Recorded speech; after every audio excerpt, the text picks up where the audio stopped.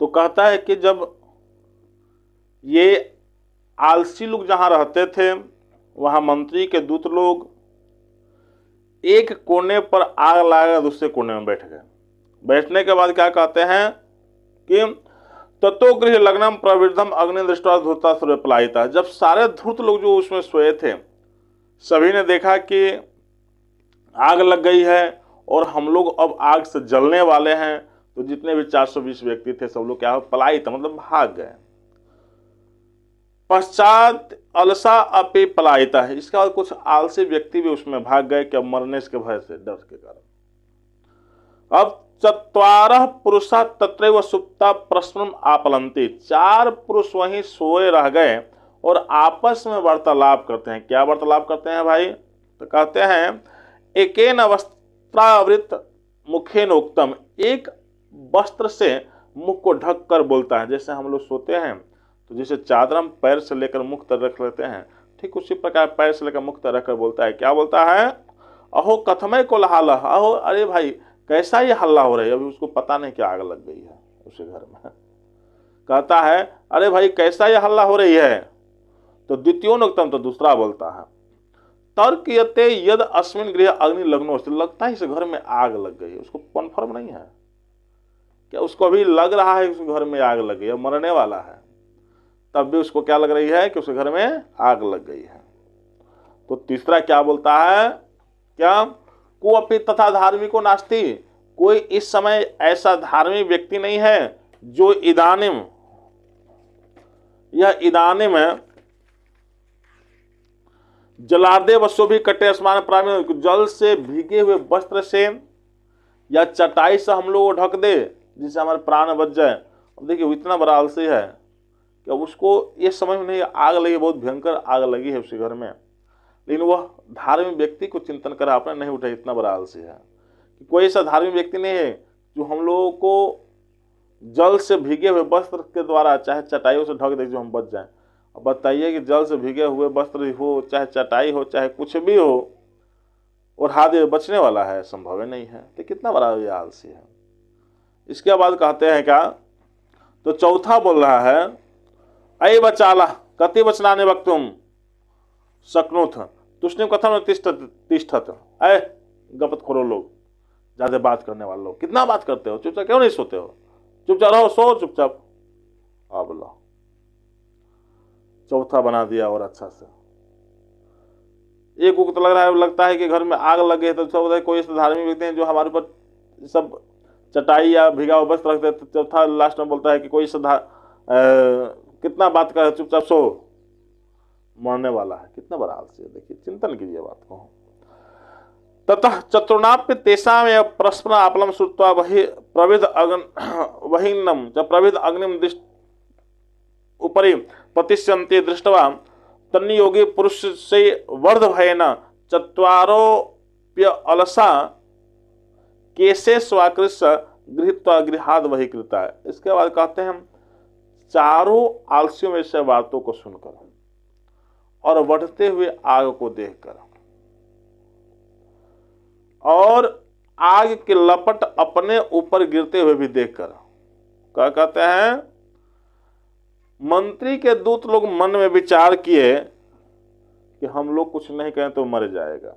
इसके बाद क्या कहते हैं, उस दोनों मंत्री के दूत लोग चारों आलसियों को केस को पकड़कर उस घर से बाहर किए, कहीं मरने बध भय, किस भय से, मर जाने के भय से।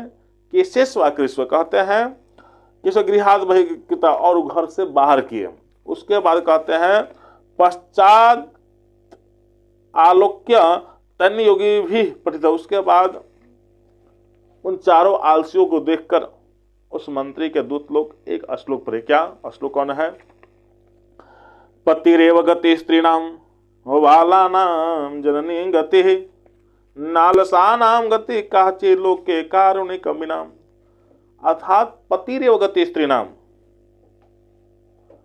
पहले के समय ऐसा था कि स्त्रियों की गति उसके पति के द्वारा होती है। तो क्या कि जब ड्रिंकिंग करके इत्यादि करके आएंगे और स्त्री पर बहुत ज्यादा अत्याचार करते हैं। तो पतिरेवगत स्त्रियां बाला नाम जो, और लड़कों का तो उसके माँ के द्वारा होती थी। नालसन का और आलसों गति कहीं नहीं होती थी एक कारुणिक व्यक्ति को छोड़कर, अर्थात दयावान व्यक्ति के पास कोई जाता था तो उसको कुछ ना कुछ मिल जाता, खा पी लेता, अपना जीवन व्यतीत कर लेता। लेकिन इस समय वर्तमान युग है कि बालका नाम में वो गति मातृ नाम, कि माता का तो उसके बालकों के द्वारा है, और पति रेव गति स्त्री नाम, स्त्रियों के द्वारा उसके पति की गति होती है। बहुत सारा समस्या है। तो और आलसियों के द्वारा अच्छे व्यक्ति की गति हो जाती है, अर्थात बनावटी आलसी बनकर बहुत सारा धन वस्तु को धारण कर लेते हैं और लोग को उन्होंने क्या कहते हैं, मूर्ख बनाते हैं। जैसे वर्तमान में भारत सरकार को देखिए, गरीबों के लिए अनेकों योजनाएं तैयार करते हैं, उसको लाभान्वित कौन होते हैं, तो अमीर व्यक्ति होते हैं। अब देखिए, जैसे हमारे भारतीय समाज में आरक्षण लगा हुआ, तो आरक्षण जो है किस आधार पर होनी चाहिए, तो आर्थिक स्थिति के आधार पर होनी चाहिए, न कि जाति के आधार पर होनी चाहिए। बहुत सारा लोग कहता है कि आरक्षण हरिजन को विशेष है,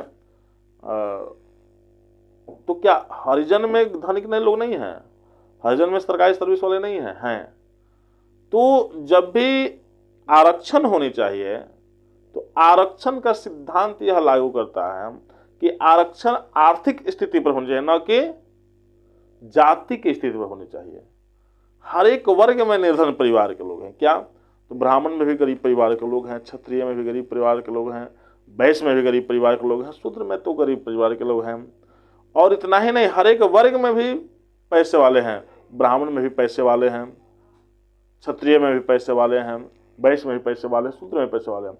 इसलिए सरकार को चाहिए क्या कि जाति की स्थिति पर न बल्कि आर्थिक स्थिति पर ही आरक्षण लगानी चाहिए, जिससे सभी लोग उससे लाभान्वित हो, किसी एक व्यक्ति के। और देखिए, यह जाति की स्थिति पर आरक्षण लगाया गया है, तो जिस जाति को लगाया गया है तो उसको उतना लाभ नहीं मिल पा रहा है, जो उसमें अच्छे व्यक्ति, धनी व्यक्ति के लोग हैं, उस लाभ से लाभान्वित हो जा रहे हैं। इसलिए हमेशा ये चाहिए सरकार को कि जब भी आरक्षण लगाएं तो जातिगत स्थिति को परित्याग करते हुए आर्थिक स्थिति को देखते हुए आरक्षण को लगाएं, जिससे कि इस आरक्षण का सही उपयोग हो सके। सरकार के दिया हुआ अन्न वस्त्र जो भी सामग्रियां हैं, जो भी आरक्षण से संबंधित कार्य हैं, सबको प्राप्त, सही व्यक्तियों को प्राप्त हो जाए।